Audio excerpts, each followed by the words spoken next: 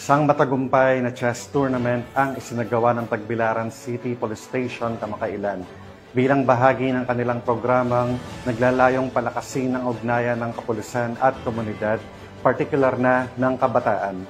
Yan ang balitang hatid ni Patrolwoman Annalyn Canoog.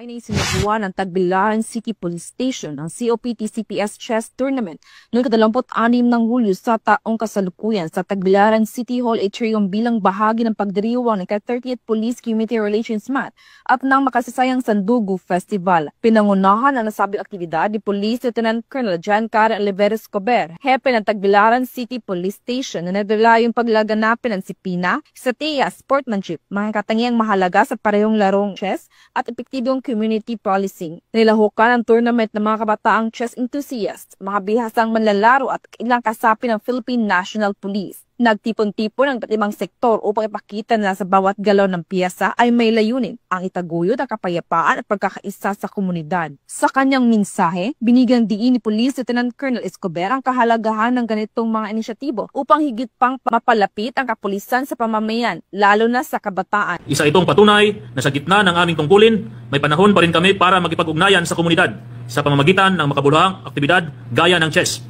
Ang larong ito ay nagpapalakas ng disiplina, estratehiya at pag-iisip ng solusyon, ang mga katangiang mahalaga rin sa paglilingkod sa bayan. Tumanggap ng trophies at papuri ang mga nagwagi, habang pinasalamatan din ang lahat ng lumahok sa kanilang ipinakitang galing at dedikasyon. Maraming salamat po sa lahat ng lumahok at sumuporta.